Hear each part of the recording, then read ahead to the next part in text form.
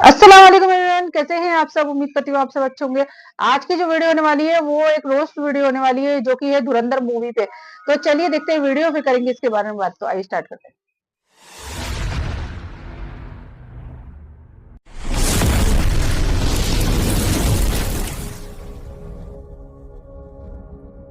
Obsession पता है क्या होता है जो बॉलीवुड को पाकिस्तान से है। पाकिस्तान पाकिस्तान पाकिस्तान पाकिस्तान पाकिस्तान पाकिस्तान पाकिस्तान पाकिस्तान। ओह यार, क्योंकि बिना पाकिस्तान के बॉलीवुड की दुकानदारी कैसे चलेगी। खैर, बॉलीवुड की एक न्यू मूवी आई है धुरंधर। अच्छा क्या मतलब, तुम्हें नहीं पता? नहीं। अरे रहमान डकैत वाली, अब पहचाना? गजब बेइज्जती है। खैर, फिल्म कुछ ऐसी है कि एक इंडियन रॉ एजेंट पाकिस्तान में घुस जाता है और फिर कराची में बढ़ने के बाद कराची के ही इलाका लियारी में भी एंटर हो जाता है। हलवाई क्या? और ये जो एजेंट है ना, उजड़ा हुआ एजेंट, इसके हाफ स्लीव्स वाले कपड़े कौन से टेलर से स्टिच करवाए हैं बस इतना बता दो, क्योंकि पाकिस्तान में तो कोई भी ऐसे कपड़े नहीं पहनता। और ये एजेंट इतना गंदा मैला कुचैला रखा हुआ ही उठा के बेच दिया। हमेशा की तरह अपनी रवायत बरकरार रखते हुए गले में तावीज भी पहना दिया। पाकिस्तान में कौन सा ऐसा बंदा है जो ऐसी ड्रेसिंग करता है? मुझे तो आज तक नहीं दिखा। और फिर पाकिस्तान में ऐसे खुलेआम पार्टीज होती हैं, क्लब्स हैं, वहाँ पर नंगे नाच होते हैं, ऐसी नंगी पुंगी लड़कियां भी होती हैं। ये हमारा कल्चर दिखा रहे हो या अपना? और ये शादी वाला सीन, अल्लाह, यानी ओवरऑल पाकिस्तान में शादियां कैसे होती हैं वो दिखाना था। और ये रजब भट्ट के व्लॉग्स देख के पाकिस्तानी शादियों को रिप्रेजेंट कर रहे हैं।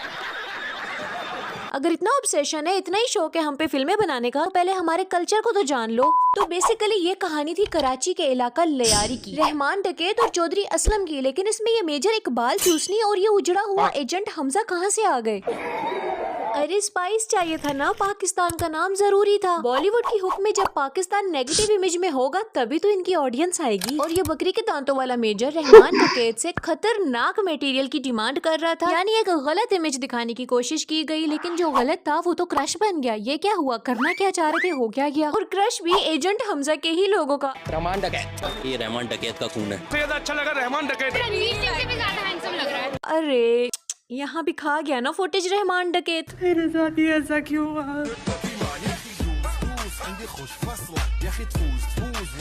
एक मिनट, ये पीछे गौर करो, पीछे रणवीर सिंह है।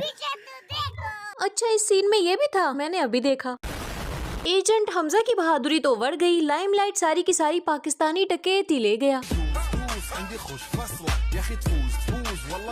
अच्छा, वैसे गाने के क्या लिरिक्स हैं? आ भी रहे हैं और नहीं भी आ रहे। और इसको देखो, इसको जानते हो, ये वो 3 इडियट्स में से एक इडियट है। सर, मुंह तोड़ने के लिए मुट्ठी बंद करना जरूरी है। कोई सेंस है इस बात की? We must infiltrate the very core of terrorism in Pakistan. ताकि वो भारत के खिलाफ अगर नींद में भी सोचे तो उनके ख्वाब में हम बैठे नजर आने चाहिए। अरे जनाब, इतना सच, बिल्कुल बजा फरमाया आपने। हम ही तो हर साल आपके खिलाफ सोच सोच के फिल्में रिलीज करते हैं।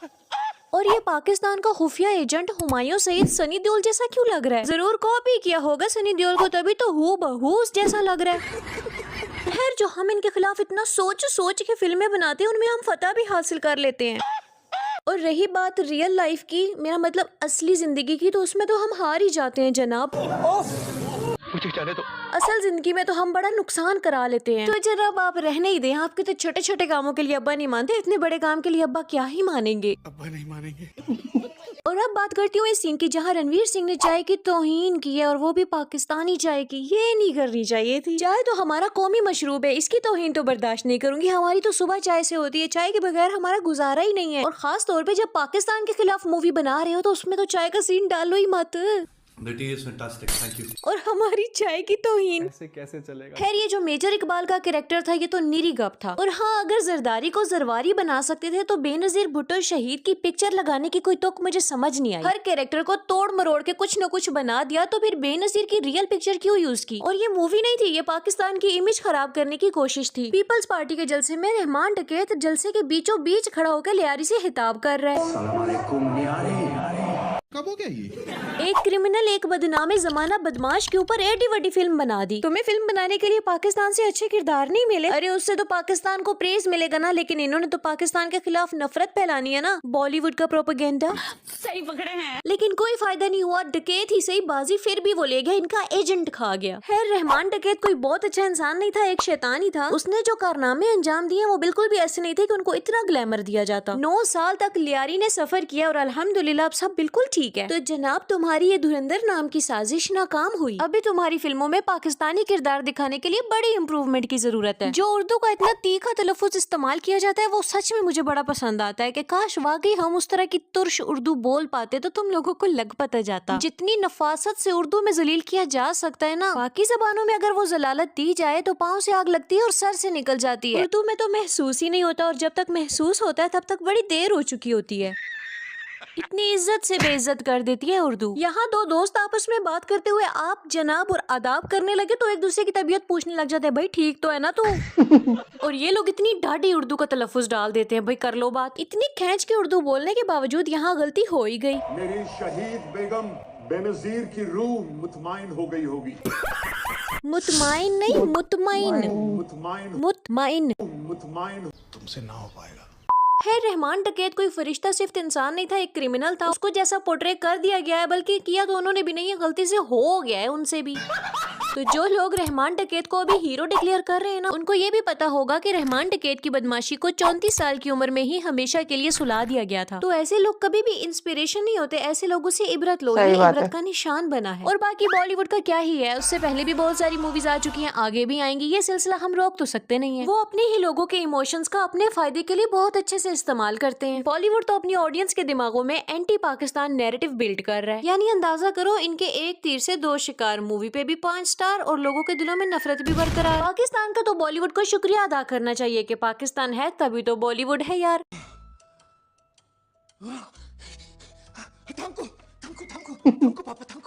वैसे नेक्स्ट मूवी बिग ब्रदर पे बना दो, क्या ख्याल है?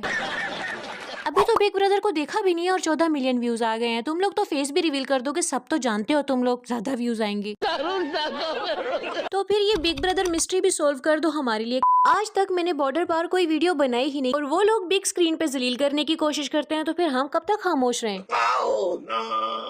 और चौधरी असलम के बारे में जो डायलॉग बाजियां की गई है ना, जिसने ये डायलॉग लिखा है वो खुद उसी प्रोसेस से दुनिया में आया होगा। यानी एक ऐसा इंसान जो वाकई एग्जिस्ट करता था और मूवी में भी उसका किरदार मस्बत था, गलत नहीं था, तो फिर इतनी बकवास करने की जरूरत ही नहीं थी। चौधरी असलम शहीद हुए तो उसकी कहानी जब बता रहे हो तो उसमें हेर फेर तो बनती ही नहीं है। बुलेट प्रूफ जैकेट पहना दी जो कभी चौधरी असलम ने देखी भी नहीं थी। खैर हमारी स्टोरीज इस तरह चोरी करके दूसरे बनाए, इससे बेहतर है कि हम खुद ही बना लें। लेकिन हमारी इंडस्ट्री कोई अलग ही डायरेक्शन में जा रही है। उन लोगों का ज्यादा ध्यान छोटे कपड़े पहनना और नंगपने को प्रमोट करने पे लगा हुआ है। हमारी स्टोरीज जो पहले तो चोरी हो रही हैं, उसके बाद उसमें अच्छी खासी झूठ की मिलावट करके जिस तरह से पोर्ट्रे किया जा रहा है पाकिस्तान को, इतना टॉक्सिक दिखा दिया पाकिस्तान को, तो ऐसा नहीं हो सकता कि हम हमारी ही स्टोरीज को एज इट इज फैक्ट्स के साथ सामने रखें। लेकिन हमारे अदाकार तो बहुत ही बिजी हैं निब्बा निब्बी वाली क्रिंज फिल्में बनाने में, और इतना प्राउडली बता रहे होते हमें इंडस्ट्री में इतने साल गुजर गए हैं, उखाड़ क्या लिया। आपको कितने साल हो गए इस इंडस्ट्री में? 28 years. माशाल्लाह। माशाल्लाह। तो यही तो ये थी वीडियो। और देखा जाए तो ये बात तो मानने में आएगी कि बॉलीवुड में बनाना कुछ और चाह रहे थे और बन कुछ गया है ना। मेन जो किरदार था वो होना चाहिए था हीरो का, और फेमस कौन हो गया कि एक विलन फेमस हो गया। इन लोगों ने इस तरीके से उसको दिखाया, उसका जो एक ऑरा है, उसका एक चलने का स्टाइल, और मतलब उसका पूरा एक ऑरा ऐसा दिखाया कि जैसे कोई हीरो का किरदार है ना, वो फेमस किसका विलन का कर दिया। देखा जाए तो इसमें इन्होंने उसके इमोशन दिखाए, उसकी फैमिली, तो लोग उससे कनेक्ट करा लोगों ने, और एक कौन फेमस हुआ, विलन फेमस हुआ। और देखा जाए तो मुझे तो इसके ऊपर फिर इतनी रोस्ट वीडियो भी बन रही है ना, इस पे खूब लोग रोस्ट वीडियो बना रहे हैं, मीम्स बना रहे हैं। अब चाहे वो किसी की वजह से देखो तो, लेकिन देखा जाए तो मूवी तो हिट हो गई है, और मूवी में हमने कमा भी बहुत लिया। लेकिन एक इससे ये बुरी बात हुई कि एक रहमान डकैत, एक डकैत जैसा इंसान फेमस हो गया, जो कि इतना गलत इंसान था, कोई अच्छा इंसान तो था नहीं वो, है ना। उसको क्या फेमस करने की इतनी जरूरत थी। हालांकि बॉलीवुड वाले भी चाह नहीं रहे होंगे, लेकिन एक उनकी गलती कह लो या कुछ भी कह लो, उसकी वजह से एक डकैत फेमस हो गया।